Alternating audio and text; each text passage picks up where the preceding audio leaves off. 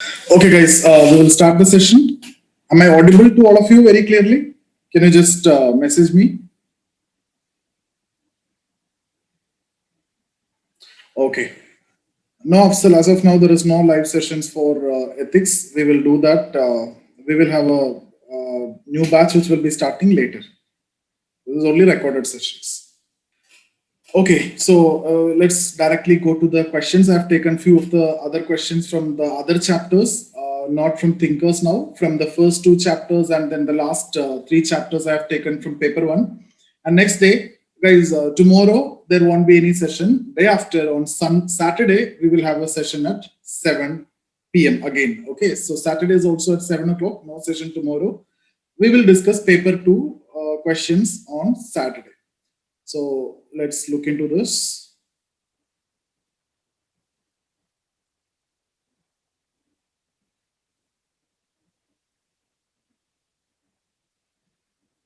Okay, so these are easy questions. I hope all of you know these questions, but the idea, I have made it very clear yesterday. There is no problem that you will be facing with respect to solving the question. Only problem is with respect to what to write in the paper, right? With respect to the way you are going to present this. So the first question we can see household. Now, what is household? We have discussed about family, we have discussed about marriage, and in that chapter, we have also discussed about household. And I've told you this is a short note which you can always directly expect from the chapter on family. And if you remember, I've specifically told you in case of this question was asked, it's a must attempt question because the content that I have given to you is well prepared and there is nothing which is missed out in that. So there is no need to add anything. There is no need to miss anything also. Just cut, copy, paste that. But a proper way you need to write that. Okay, so what is household? Like people living together, right, under the same roof, eating food from the same kitchen. So the food is cooked together and they will be eating together. That is the idea of household. So it's not necessary that they need to take food from the kitchen in case if they have some exigencies of work. So the definition also I've given to you. People live together, eating food from the common kitchen, unless the exigencies of their work prevent them from doing so. So you will first define the concept of household. So that means we can say, and then you can talk about different types of household. So there can be families. Families are also household, right? Because people who are related. When we talk about the relations, we talk about consanguineal relation, that is a blood relation. We will also talk about a final relation, that is a marriage relation, or it can be the relation of adoption. So when related people in any of these three ways are together, that is what family. So all families are household. So this is what you consider as familial household, right? And the others are non-familial household. So household, people live together, eating food from the kitchen, make that definition, then tell that there are two types of households, familial, non-familial. Explain what is familial, people who are related either through blood or through marriage or through adoption. So related people living together, that is what family. So family is also household, that is familial household, which you can further divide into nuclear and extended. I'm not going to discuss about what is nuclear, what is extended. That can be written by using the concept of parental units, right? You know that nuclear family, one parental unit. Extended family, it can be vertically extended, horizontally extended, depends on the number of parental unit based on the addition, vertical addition, horizontal addition, all those things we don't want to discuss. I'm just telling you the structure here. On the other side, we also talk about non-familial. Now, what is that? People who are not related. If you see hostels, even you guys might be staying in hostels. What is that? It is also a household because you are living together with so many people and eating food from the same kitchen. Hotels, you go and stay in a hotel. That is also a household because so many people are living there and they are also taking food from the same restaurant which is available in the hotel, right? So hostels, jails, orphanages, ashrams, all these are examples of non-familial household. Guys, again, non-familial household we can divide into two. I'm not drawing that diagrams or anything here. You need to draw that chart which I've given to you and you can explain. That will be very easy and simple and more convenient to you. And also for the examiner to understand what you want to convey. Just 1 minute, guys. Just give me 1 minute.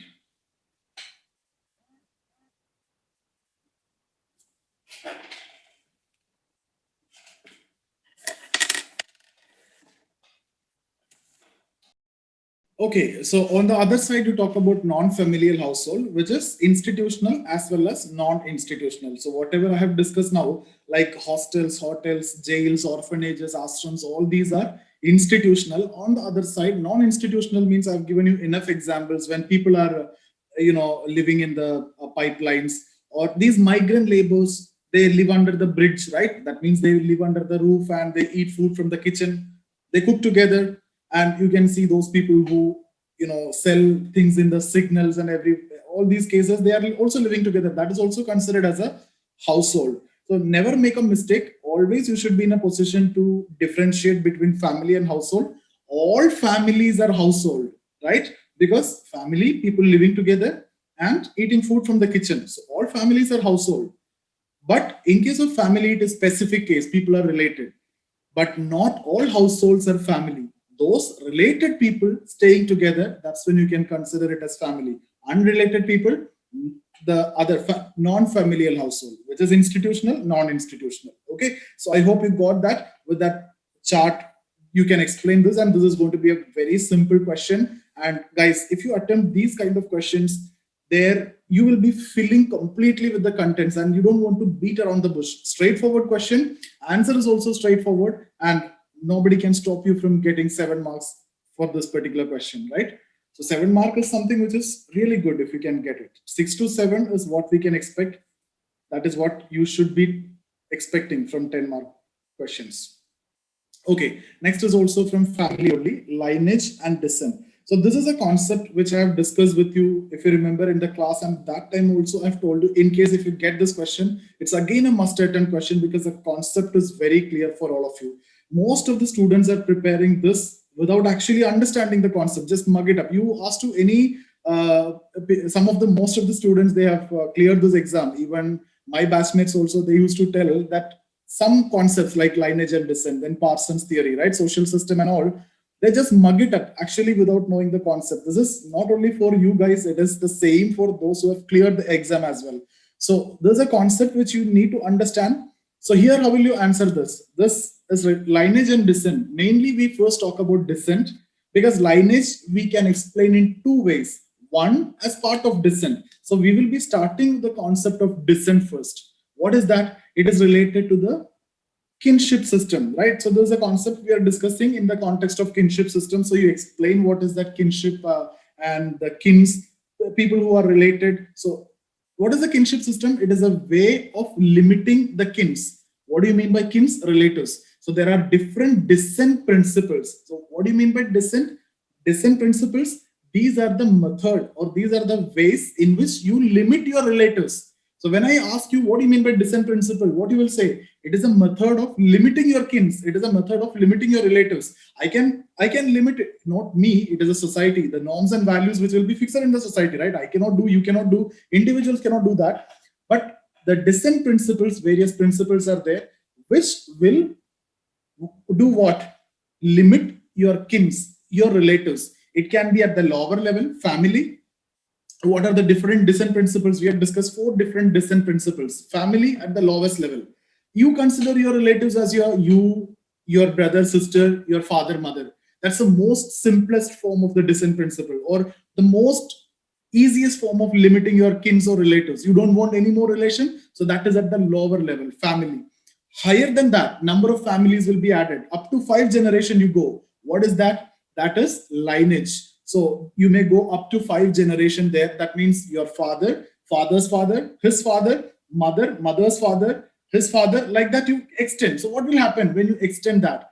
Number of families will be added. So earlier, you only have relatives from your family. Now you have cousins, you have other brothers and sisters, you have parent, your father's brother, right? Father, sister, mother's brother, mother's sister, grandfather, his brothers, and every people are getting into that relative zone. So what is actually happening? When you are extending that descent principle, family to lineage, you're actually extending the kin group, right? So you're getting more relatives. In fact, this is also known as social capital.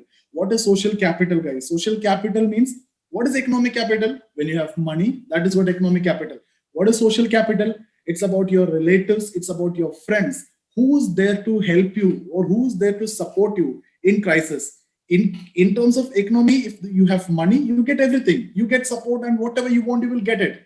But social support, social capital, that's what you mean. What do you mean? Relatives, your friends, and all these people who are with you and who are willing to help you. That's what you mean by social capital. So that is also a capital, because if you have all these people who are willing and ready to help you, means you are a luckiest human, right? So that is what social capital. So if you are extending that family to a lineage, that means number of families will be added. I don't have that. I hope you can relate it. We have drawn that circle, we have drawn the diagrams. More families are added, will become lineage.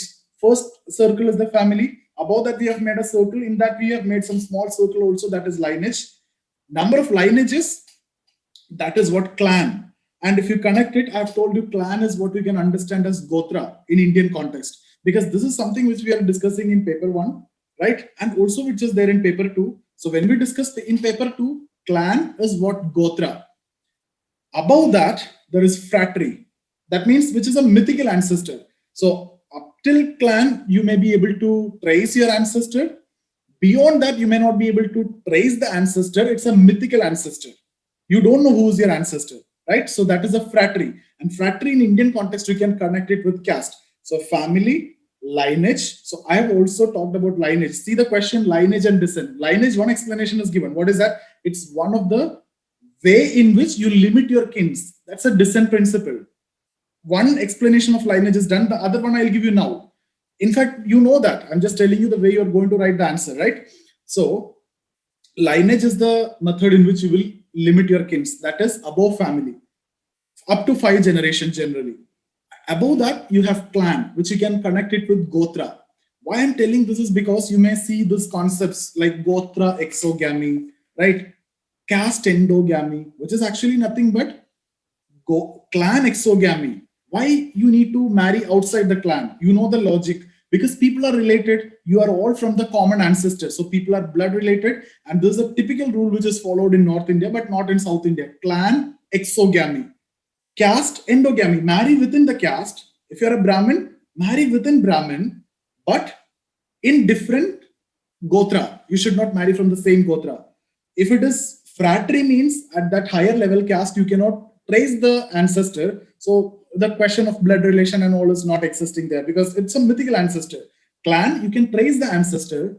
So the point is, people may be related by blood, and it is not desirable to marry people who are related by blood.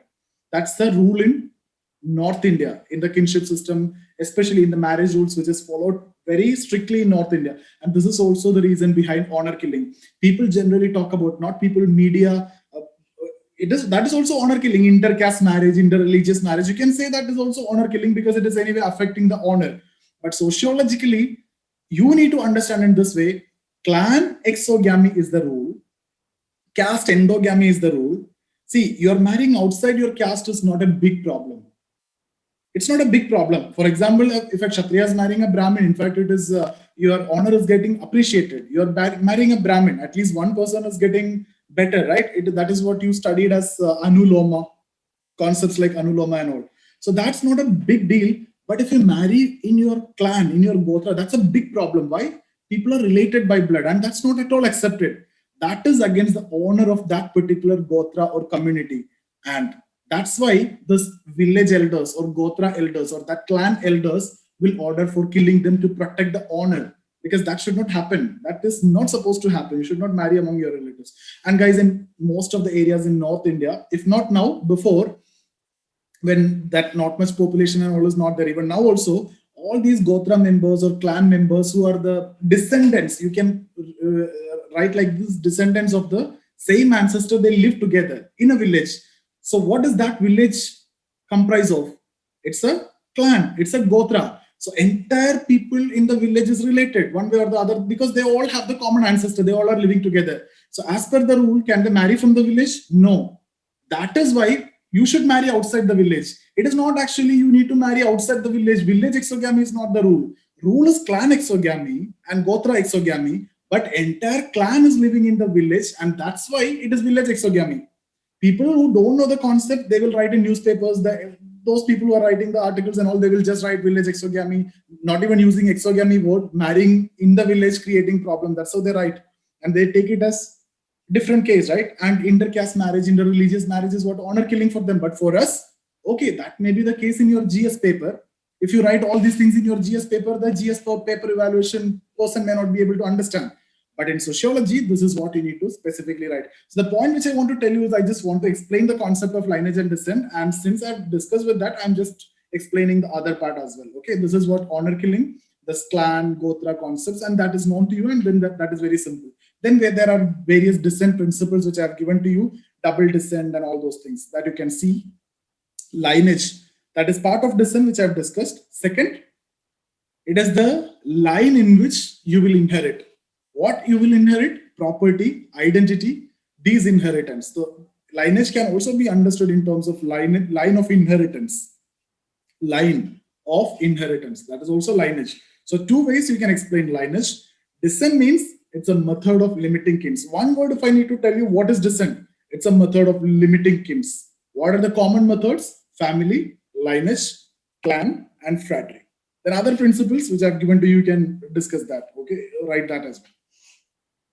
Next is a very important question. I have given you the diagram. I've explained this concept. This concept is given by Weber, and Becker also added the term denomination in this, right?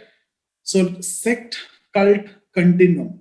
Guys, what is continuum? Continuum is a word which I have discussed with you in many areas. Something which cannot say concrete, like you cannot say it's a traditional society or it's a modern society. We cannot say US society is completely modern. There may be some traditional elements are there. Similarly, we cannot say Indian society is traditional. We are getting modern. And at the same time, there are no societies which are completely traditional, no societies which are completely modern.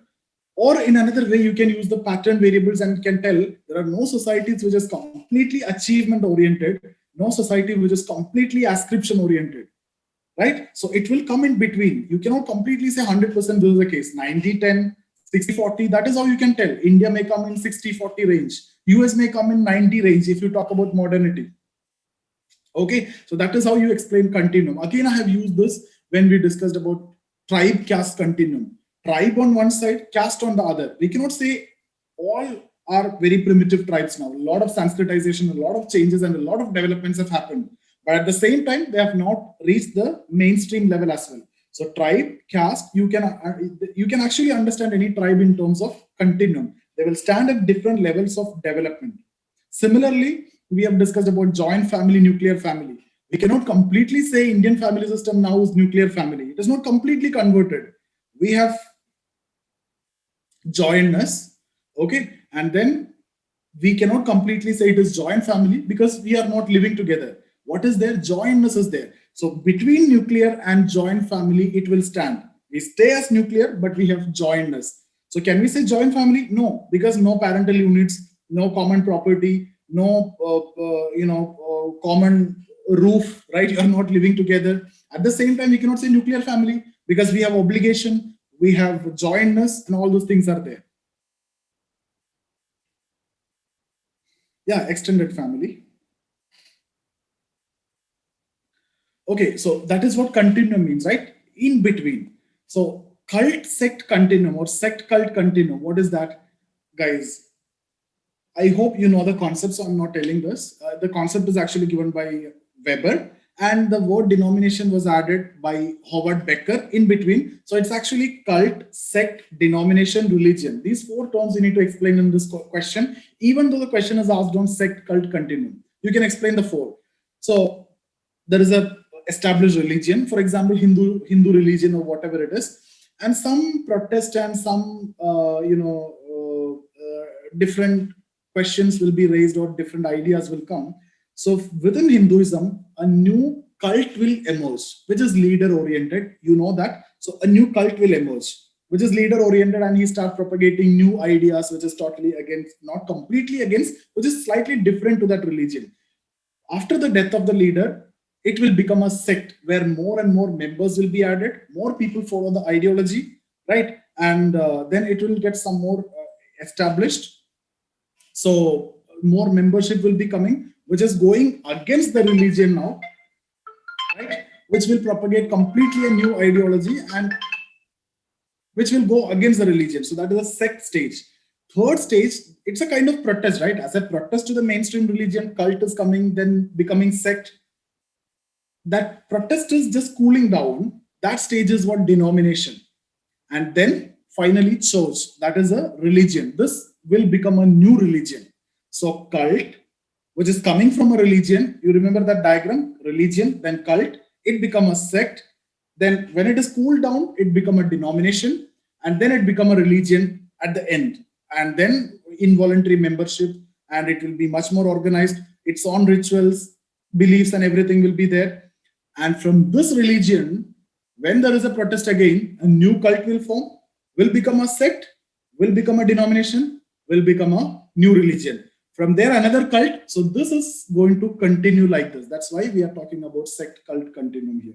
Okay. So that anyway, the concept is known to you, which is very easy. You can, I have given you the criticisms of Peter Berger, ideas of Peter Berger, Howard Becker, and all these things you can incorporate, which I have given you the PDF anyway. So other thinkers' contributions I have incorporated. The concept is what you need to know, which we have already covered.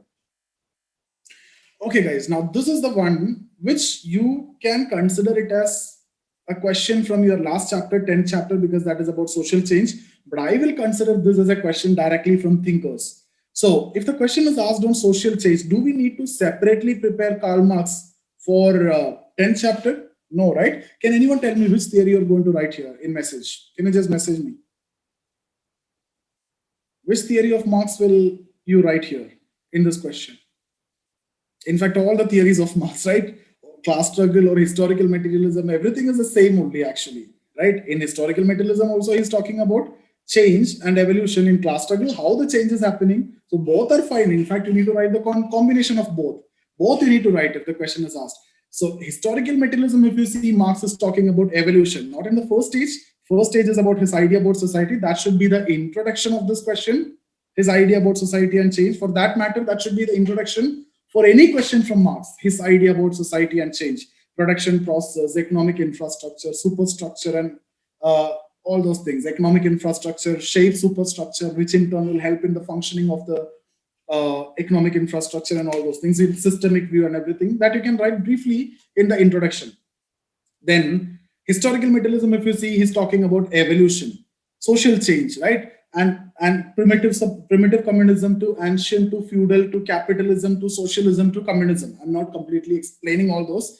And in class struggle, he is explaining the mechanism, how this is happening. So if this question is asked on social change, you need to combine both. That's what I want to tell you. It's not about historical materialism where you only talk about evolution. It's not about class struggle where you only talk about the mechanism.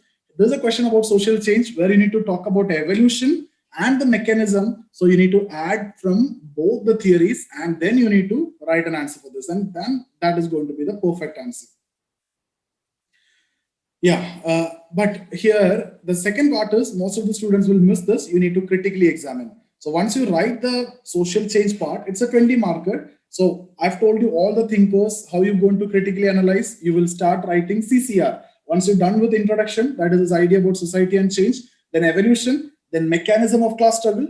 Then you start with the formula CCR, contribution of Marx, which I've given to you. You will write that contribution, 2-3 lines, and then criticism, where you write general criticism and specific criticism. In case if you don't know specific criticism, you don't want to worry. General criticism you can write. Critically analyze. You can just talk about he is considering only economic infrastructure. He's ignoring the elements of superstructure for creating change. Even nowadays, the superstructural elements can create change. Ideas can create change, right? So that is one criticism you can write. Second, you can say he is only focusing on macro, ignoring micro. You can use Weber there and you can write. Third, you can say he is only talking about conflict and ignoring the functions. You can use Durkheim there and you can explain. And the other criticisms which I've given to you, Pakulski, this Darendorf, all these criticisms, in case if it is required, you can write. His idea about communist society is a utopian concept, which also you can write. Hardly 3-4 criticism is enough to critically analyze. In case if you don't know specific criticism, stick to general criticism. That will make things easier for you, right? Without big headache, you can do that. There's a 20 marker. Critically examines will be always 20 mark. It will not be of 10 mark. 10 mark will be just like, you can understand seeing, that's why I'm not putting the mark here. These one words, if you see, these are going to be 10 markers, short notes. These questions will be 20 mark. These are going to be 20 markers. Okay, now here, this one I'm not going to explain in detail, but you guys will have to tell me what all theories you will write. Examine, you don't want to write too much of criticisms or anything here. Examine sociological theories of religion. So, do you know the theory of Durkheim? Theory of religion, you know, right? That block diagram and everything, you know how religion came. And towards the end, he's saying that it is not the God who is worshipped, it is a society and the togetherness which is worshipped. So you can remember that block diagram. Primitive people were wanderers, moving together in search of food and other things. They occasionally come together, they celebrate, they sing, dance together, and then they feel that collective exaltation or the state of exaltation or collective effervescence. And they explain that in terms of some supernatural force. And to signify that supernatural force, they create a totem, mana, and they come again there to see and worship that, and they will experience that togetherness again. So it is not the God who is worshipped, it is a society and the togetherness which is worshipped for Durkheim. And you can also talk about his concept of indirect experiment, which is used and all those things. When it comes to Weber, so here, theories of social change, not only Durkheim, you talk about Weber also. Guys, Weber, the Protestant ethic and spirit of capitalism, theory of religion. Let's not discuss about that. Marx, religion as an opium of mass. Religion is part of superstructure, which is shaped by the economic infrastructure, which will help in the functioning of the economic infrastructure, because it's a part of superstructure. It is acting as an opium of masses. Religion is a heart of heartless world, soul of soulless condition, and it's just an opium of masses for Marx, right? You know that. So for three thinkers, Parson, also it's very simple. If you want Malinowski, the solacing and comforting function of religion, that's enough. You can write one or two criticisms as well. Merton, multiplicity of religion create conflict. One or two, because it's about examine. So you talk about all these theories, that's enough. So enough and more content is there. You will not face problem with the content, right? You will be facing the problem in selecting the content. Those segment and all, that's not required. When we have Taylor, that's a primitive theory, that's not required. Malinowski, good, very important. You can, that's what I've told you. It's a solacing and comforting function, which you can just write in one line. That's enough. But once we have the thinkers and we have studied these theories, Marx and Weber and Durkheim, what more we need? Merton also, Parson also, right? Marx talked about religion, Weber, Durkheim, Parson. What more we need? Malinowski, 5, not much required, right? Then Merton as a critique you can write. Even Marx also as a critique you can write. Guys, this one. Yesterday, what we did, we discussed about Marx theory of stratification and asked you to critically evaluate. Here, functionalist theory of stratification and how Marxists reacted to it. It's just an opposite, right? This is how they will also ask you questions. The same question. This question is repeated. The other question is also repeatedly asked. So here, it's not Davis and Moore theory specifically they're asking. They're asking functional theories of stratification. So you have to write about Parson, society having norms and values, people conformity to norms and values is desirable, and people evaluate themselves on the basis of conformity to norms and values, and they will be ranked. Simple theory. Davis and Moore theory, society is made up of positions. Some are functionally more important than others. So functionally more important positions need to be filled with the talented people, and social stratification is a system which will keep the talented people in the most important positions because they undergo training and sacrifices. So they need to be rewarded and they will be rewarded. That's why stratification, which is functional. And then Melvin Toomin raised objections. You can talk about that. Davis and Moore clarifications. That's the theory. Then W.L. Warner compartmentalization actually help in cultural stability and all. So these three functional theories you need to write. Then criticism. Guys, Melvin Toomin criticism is not a criticism. That's in fact part of the theory. That's in fact a contribution, because that will be clarified by Davis and Moore. So Davis and Moore arguments, Melvin Toomin objection, Davis and Moore clarification. These three are part of the theory only. Okay. Marxists reacted to it. That's a criticism. You can tell even they are trying to justify inequality, and the criticisms anyway I have given to you directly. So that's exactly what you will write. You know what we discussed yesterday, exactly the same thing now you will change and you will write here. Yesterday we discussed about Marxian concept of stratification that you can use to criticize now. Okay.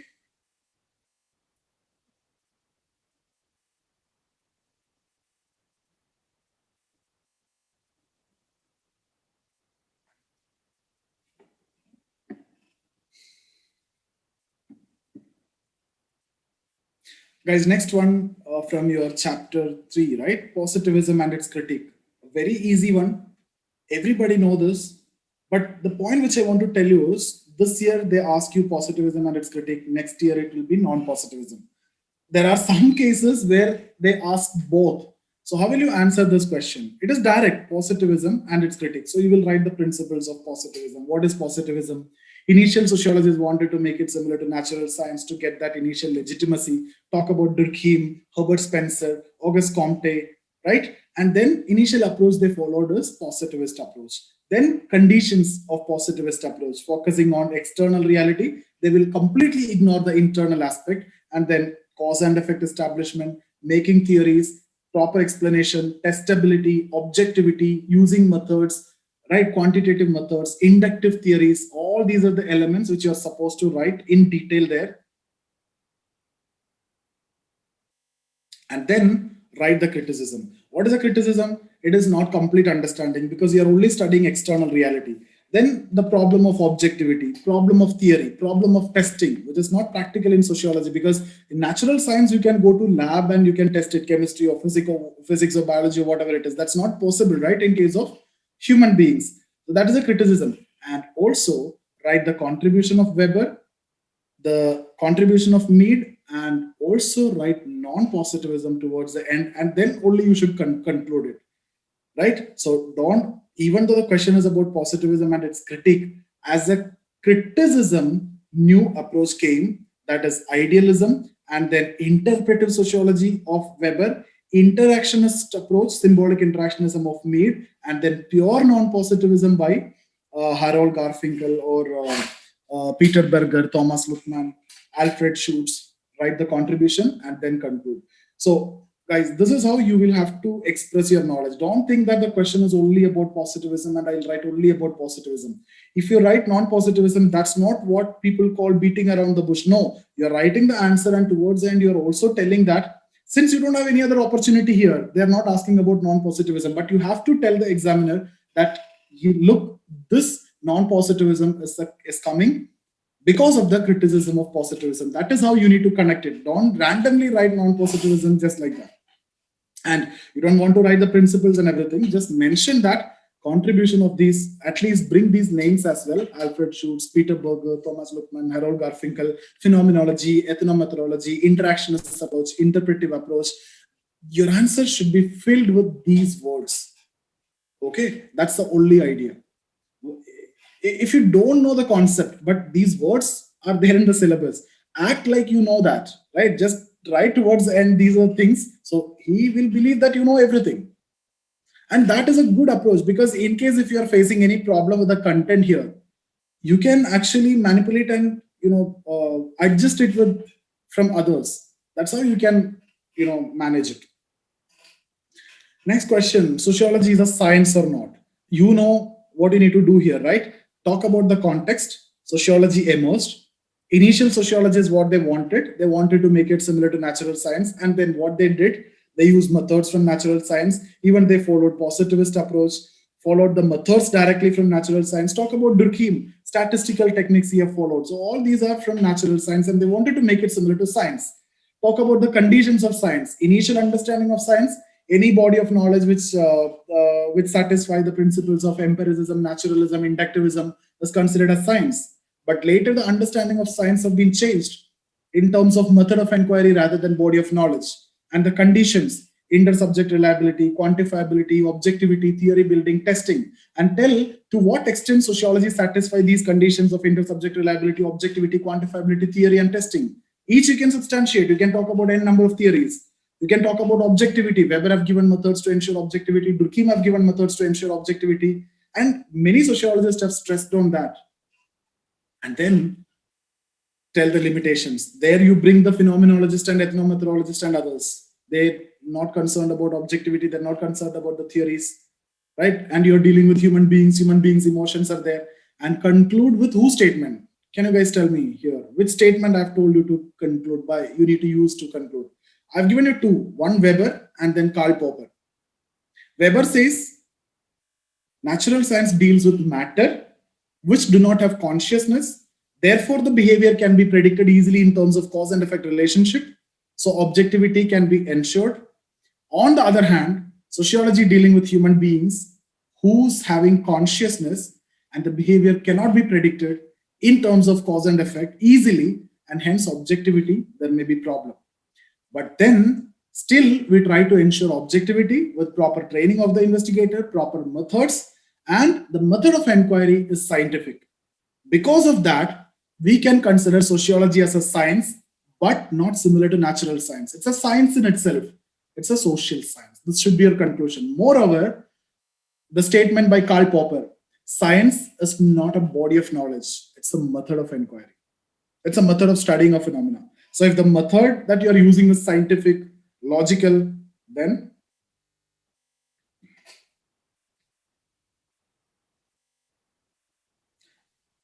that you can write in criticism of positivism also, because obviously Weber on one side is criticizing positivists, right? Though because subject matter he's non-positivist, Weber is talking about studying internal aspect. So he's a non-positivist in terms of subject matter, but he's a positivist in terms of what? Method of inquiry, because he stressed on objectivity.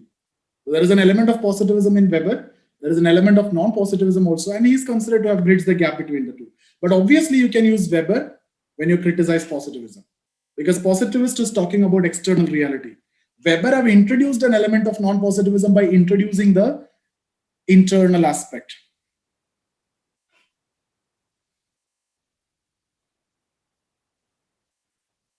Next is objectivity and value neutrality.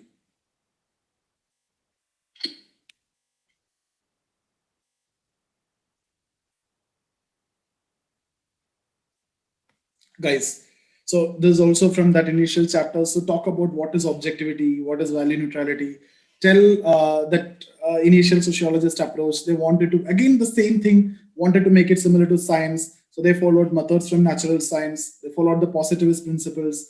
They tried to ensure objectivity. Objectivity, explain what is that. It's freedom from personal bias. Tell how the personal bias will come. It will come from various values. Tell what you mean by values. These are the ideas that we carry in our mind based on which we decide the desirability, undesirability of anything, right? So these values will influence the research. If you're in a patriarchal society, patriarchal value will be there. So if you're studying something related to gender, that will automatically come. If you're a Hindu or if you're a Muslim and if you're studying religion, that will definitely affect. If you're a North Indian or a South Indian, if you're studying, then that also will get affected. These are what you mean by personal bias. Personal bias come from value. So one of the precondition of ensuring objectivity is remain free from value, because value create bias. Bias will hinder objectivity. So if you need to achieve objectivity free from value, that's what value neutrality. So value neutrality and objectivity are not one and the same, but value neutrality is a precondition for ensuring objectivity. So that's how you need to write and you need to explain that. Don't take it as many are considering both are the same, and many in fact are teaching as both are the same. But understand it, value neutrality, objectivity are not one and the same. Obviously, value neutrality is a precondition. Remain neutral with value, then you can ensure objectivity. It's a condition for ensuring objectivity. Provided you also need to use scientific methods, proper training, and all these things are actually required. So guys, these are the 8 questions which I want to discuss today. I know it was slightly faster today because I have another session which is scheduled at 8 o'clock. That's why I wanted to finish it faster. Any doubts you want to ask me? We will have a session not tomorrow, day after, 7 p.m. Okay, I will not be updating in WhatsApp this one. So you guys who have attended the session, attend that session tomorrow, not tomorrow, day after. Just remember that. Okay, guys, if you have any doubt, now I'm allowing you to turn on the mic. You can turn on the mic and you can ask or speak as well.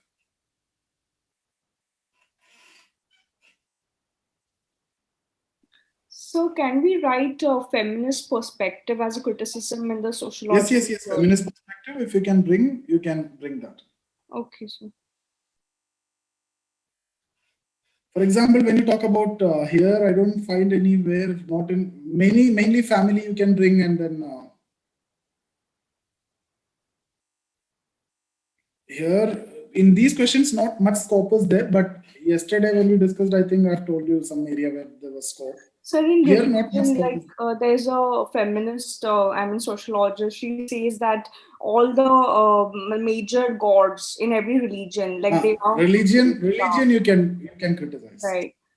But So see, in fact, in if you see, majority of the gods and goddesses are actually female, right? Devi, Saraswati, this Lakshmi, Durga, all these are females actually. but then, sir, still now that if you look at the topmost position, then that goes Yes, yes. to the male. So Okay, okay. she says that let's create a different religion for female theology. Mhm.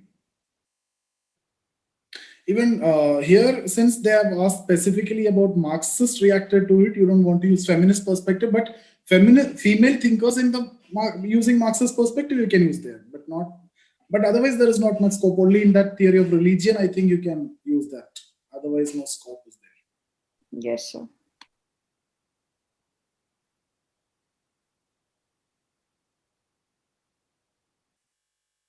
Guys, when I write the essay, I always start like this only, this one which I've told you, like India as a land of paradox.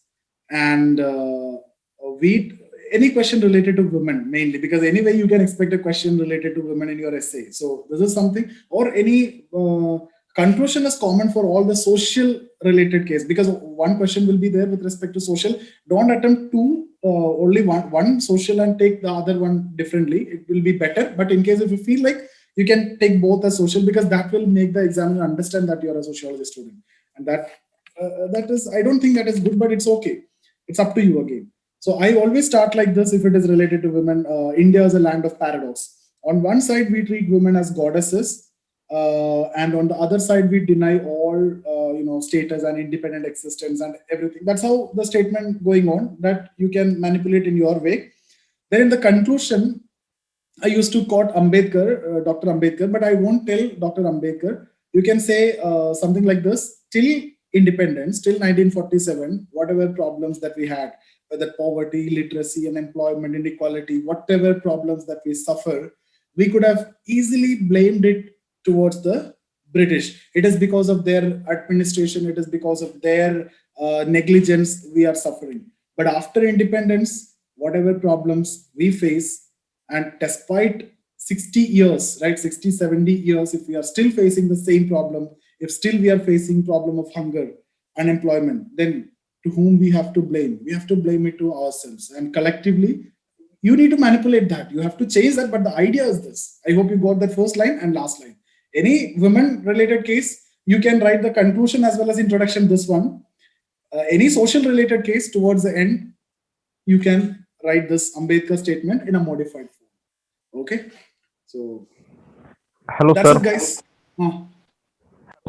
Sir, how to prepare for essay? Which of things we have to read actually? I have Actually, written mains once. if you are preparing for essay at this time, that's foolishness. There is nothing like separate preparation for essay. People take classes, and that's of no use. Once you complete this syllabus, once you are reading the newspaper, then automatically you will have enough and more content. Especially you are a sociology student, there will be one, or if you are lucky, you will get two essays related to sociology. In fact, I remember one of the questions in that year where I scored around 150 plus in essay.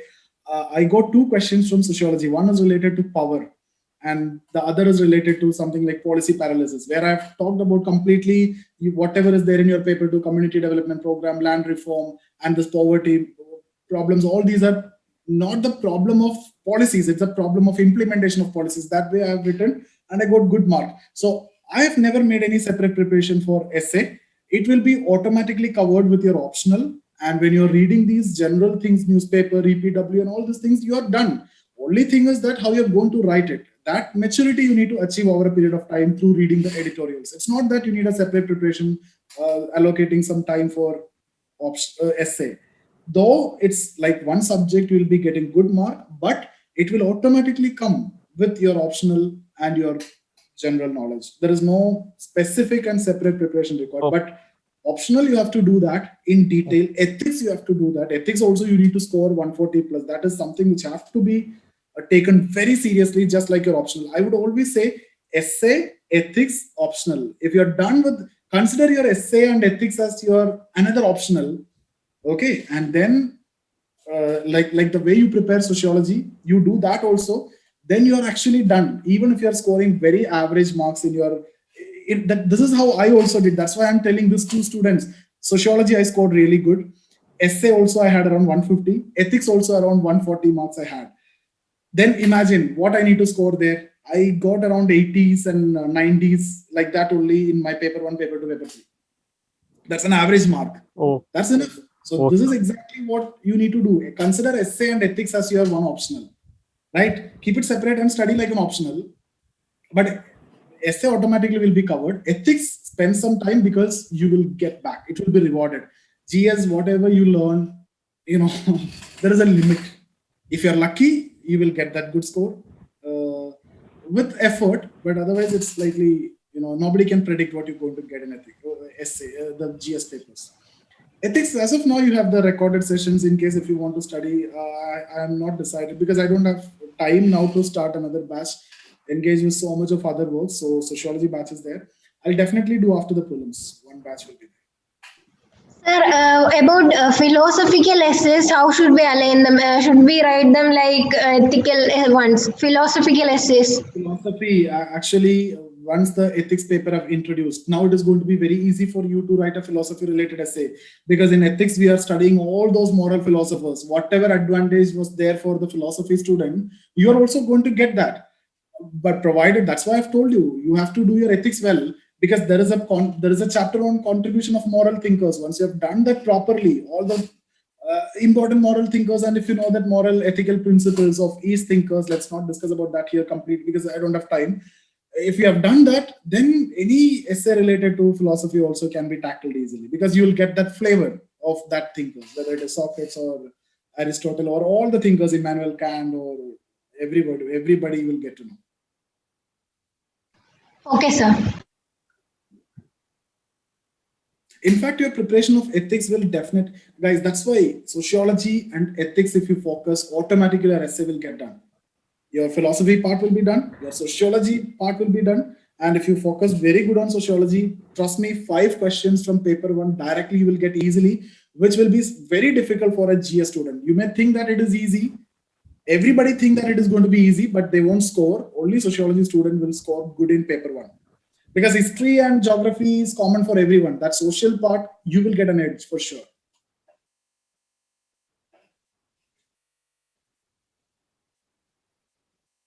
Sir, have you covered the ethics fully? Yes, it is there. Sir? In this App, ZIAS app. Yes, it is complete syllabus covered. You have already taken that, I think, right? Aman, you attended the class last year? Sir. No, sir. Ethics I have not taken. Sociology I have taken. Okay. Yeah, sociology you have taken, I know, that's why you are here. Yes, sir. Ethics I am lacking, I think. I actually could not write better in that paper, ethics. This year, that is a problem, right? Yes, sir. Because I am from the science background. So I have to join some ethics course. Okay, sir. Thank you. Guys, can we stop for today? We will meet day after tomorrow. Okay. Okay, guys. See you.